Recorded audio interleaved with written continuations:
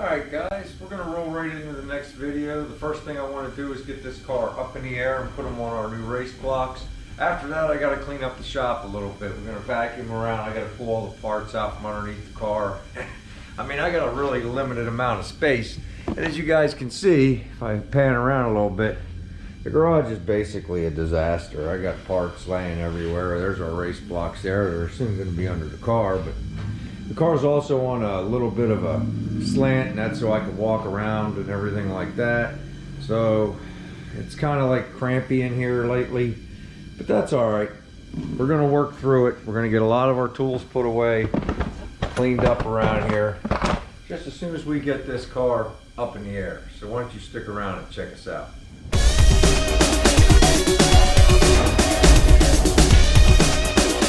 Alright, I got the back wheel chopped on the other side.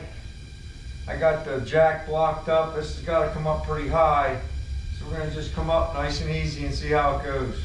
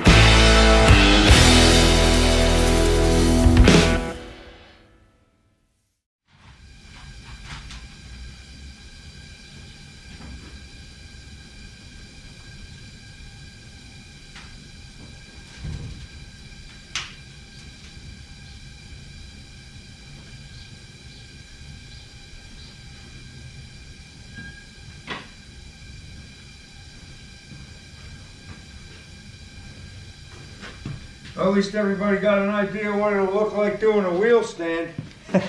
I think I got a little carried away. Maybe I should have went back and forth a little bit. But now I'm going to clear out the back. And I'm going to slowly bring up the back, and we'll see where we're at. So just let me pause this for a second. Clean up underneath the car a little bit, and I'll bring you guys right back. Hey, let me show you guys something real quick. I'll tell you, when I was jacking up on this, I got a real good chalk, and it was climbing the chalk, guys. So I think when I do, it's all right, but you ain't getting that chalk out of there until you jack it up. But I'll tell you, when I come back down after I get this back up, we're gonna come down half in the front and half in the back, and we're gonna use the jack stands when we're coming down. That way we come down nice and easy.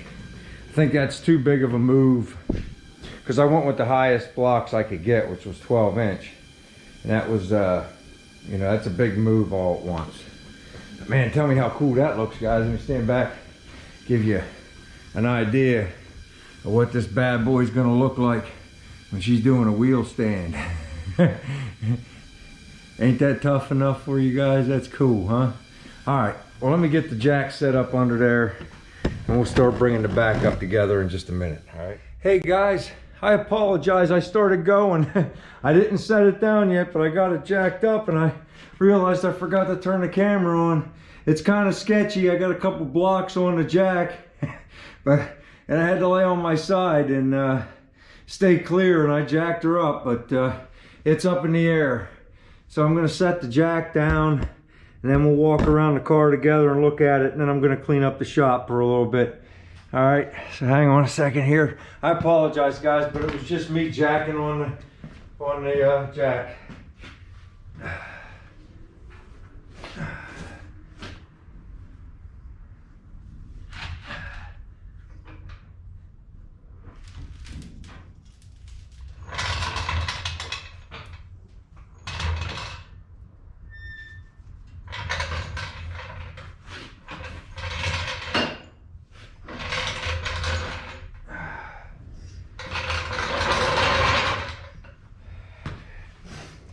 All right guys, car's up. This is the best I could do without having to drive up on car lift. The car is going to be under its own weight, so we'll be able to change that pinion angle on the rear and get it correct. We're on these blocks. They're 12-inch blocks plus the height of the car. So I have a feeling we're going to leave the car up like this for a little while, because after we get the pinion angle and those cool ladder bars I got off at Teinberg, once we get all those things done, I think we're going to roll right into the exhaust. And boy, oh boy, being this high off the ground, it's really going to help us, guys. Let me give you an idea of the height I'm working with now. All right. From the floor to the frame, I'm 27 inches off the ground, guys. Floor to frame, 27 inches. So, you know, I'll be able to work under here fairly well. The big thing now is for me to make some floor space. I got to clean up underneath the car real good. I'm going to vacuum. I'm going to make the workspace as comfortable as I can. All right. So this is where we're at right now. I'll bring you guys back in after I get the garage cleaned out, and we're ready to get going on this job. All right, thanks for checking it out. I'll see you guys tomorrow. Hey guys, well, I think it's about 4 days later, maybe it's 5 days later. I got tied up this week, but we're finally back out here in the garage.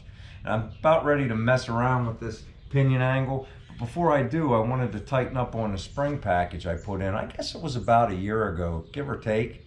And I want to get the hardware on that tightened up. I just all had it loosely tightened in there. Let me show you that real quick. All right, so I'll bounce you around a little bit, but I made these brackets for the front part of the spring. You can see how I kind of made a bracket that's L-shaped, and it's welded onto the bottom and up to one side. And on that, I welded flat bars on each side to accept a bolt for the bushing in the front spring. So it's pretty cut and dry. These are factory springs. I got them from Speedway. They're new, but they're heavy duty, they say, but they're just regular springs. And then in the back, what we did, bring you back here and show you real quick. We just took a 1957 Chevy shackle, okay? We flipped it upside down. I welded a piece of pipe inside the frame and put the bushings into the pipe to accept the shackle, as you can see, but I never tightened anything down, so I'm going to tighten everything down and squeeze up the bushings. I think if I had one thing to do over, I would have made that pipe a little tighter, a little more of an interference fit to force the bushings in. They're tight, but you know, when I tighten them up, they'll expand a little bit. They'll be all right, but that's what we did there. All right, and as soon as we get all those things tightened up, we'll start playing around with the pinion angle.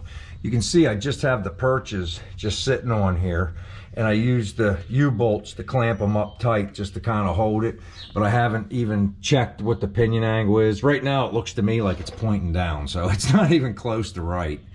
But yeah, we're gonna get that straightened out in just a minute here. The first thing I wanted to do was tighten up on all the hardware for the springs. I don't know who was asking about these. Maybe it was about a month ago. Was it you, Dan? Maybe it was Dan from D's Speed Shop. I don't know, but that's what I did, Dan. I think it was because you put that pocket kit in, and I was telling you how I put mine on the frame and in the frame. And this way here is really cool. It didn't really raise the car. It's pretty much at ride height. It might have went up a tiny bit, But I really didn't notice anything difference between this and the other rear I had in. But I like this setup. To me, it feels like it's gonna be stronger than the pocket thing, and it was less work if you ask me. The hardest part was drilling the holes right there, and that wasn't even that bad.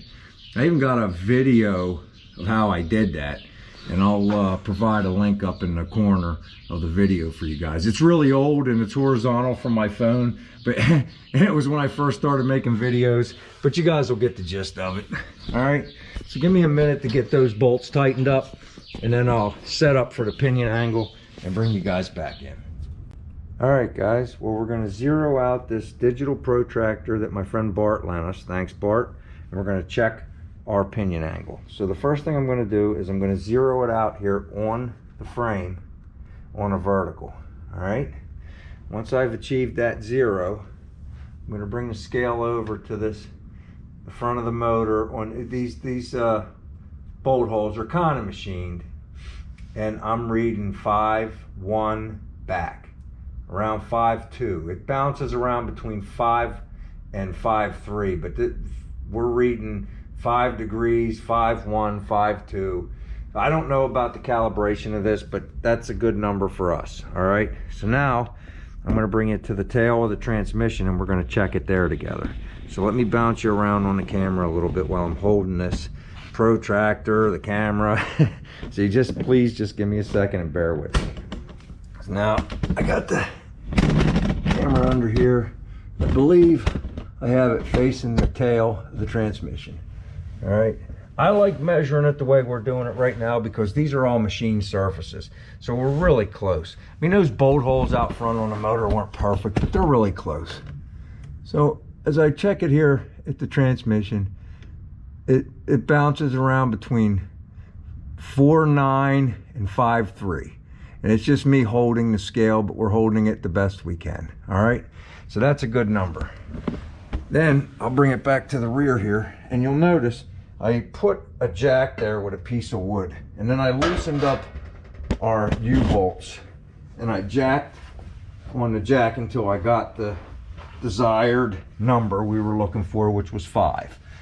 Opposite, equal and opposite. I'm going by what my friend, I consider him a friend now, and a bit of a mentor. He's built so many of these things, John Teinberg. He kind of steered me in a direction. So I know everybody has their own ways of doing things. I'm going equal and opposite. I'm not going to be doing a lot of racing, so we don't have to have all this preload and everything on there, okay? But we're okay if we do want to party a little bit at the track. All right, let me see if I can get this.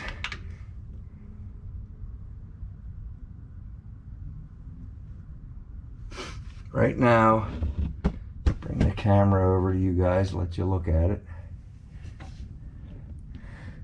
It's saying 5.1, all right? So we're equal and opposite from the crank, and we verified it at the transmission. So the arrow's going the opposite way. We're 5 up, right here at the 5 degrees up at the rear, and we're 5 back on the motor. So we're equal and opposite. All right, there's exactly 5 degrees, guys. Look at that. All right, so that's what we're doing, and that's how we're going about it. Now give me a minute and I'll show it to everybody on the horizontal as well. All right, guys, let's check it on the horizontal just to verify our numbers. All right, and make everybody, a lot of people might not like the way I did it that way, so I'm going to show you the numbers this way. We got my friend's digital protractor zeroed on the frame on the horizontal. All right, we're going to bring it up, and I think that close enough right here on this valve cover, and it says 5.5, so we're within 0.2 degrees of our vertical measurement. All right, now you guys know that if I was to put it up there on the carburetor, you might be a degree down, I don't know, but it's almost level. The action happens at the bottom of the manifold. A lot of you guys already know that, but there you go. All right, it's hovering around 5.5, 5.3. So then I'll come down here underneath the car, and we'll put it right here. This is the best place to find to put it on a transmission, is right here. And put it there. Depending on how you put it on there, it's coming up about 5'1", 5'2", 5'3". It jumps around a little bit. But it's me holding it, and it's not a machine surface. There's 5'4", 5'1", 5'2". So that's good. We're gonna come back here. Excuse me while I bounce you around for another second. Now the best way I could check it on the horizontal over here on the rear is using a block. Put the block of wood right here like this. And we could put this right here like this. Just hold it tight against there the best I can. Make sure I get it up off the thing. And there you go. 5'2", 5'3", somewhere around there. All right, so we're within 0.2 degrees of front to back, and we're within 0.2 degrees measuring vertical from horizontal. All right, so we know that this is good. All right, so let me pause you for a second, and then we'll have a brief conversation. All right, guys, well, that's how we're going about setting the pinion angle on our 1955 Chevy Gasser. I'm really comfortable with the way we got it set up. I will add a little bit of weight to the car and re-verify those numbers before I tack the perches in, but we're gonna verify and make sure that they're right there, all right? And we're gonna get to that together in the next video. So we're just gonna end this one here. I just wanted to get it up and show you how we went about setting our pinion angle. And while I have your attention, we entered into the Deboss Internet National Virtual Car Show again this year, and we entered into the factory division. So I'm kind of biased. I feel like we got a great car here, and we deserve a chance to at least have Derek review the car and maybe do a little bit better. But I'm counting on all you guys for your vote. If you feel the same way as me, I'm going to provide a link down here in the description of the video, and it'll take you to the contest and give you a spot where you can vote for our car. I really hope you vote for it. Let me know how you feel about it. But I'm really proud of the car, and I hope you guys are too. So until next time, take care, everybody.